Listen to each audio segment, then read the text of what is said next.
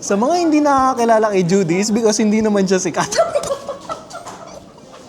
Guys, nandito tayo ngayon sa KMC Podium para mag-lunch. Tara, samahan niyo ako. So guys, nilibre nga ako ng kaibigan ko na si Judy. Products from Ilocos. This one is Ilocos Garlic Longganisa. Niluto na siya ni Judy for me. And may kasama pa siyang suka. So meron siyang online store sa Facebook, TikTok, and Instagram. Mag-PM na lang kayo sa page kasi marami siyang selection. So, try natin.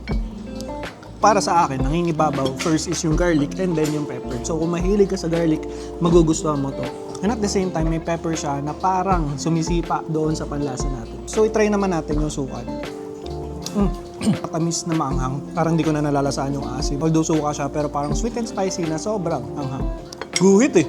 Parang alak eh. So overall, for the rating, yung sa vegan kasi parang nahihirinan ako. Pero ito, masarap talaga siya. Bibigyan ko siya ng 9.5 out of 10. Yes, masarap. Sulit for the price. Message nyo na lang siya. 7 pieces na siya. And marirecommend ko siya. So kung naghahanap ka ng longganisa na focus on the garlic and the pepper na lasa, this one is perfect for you.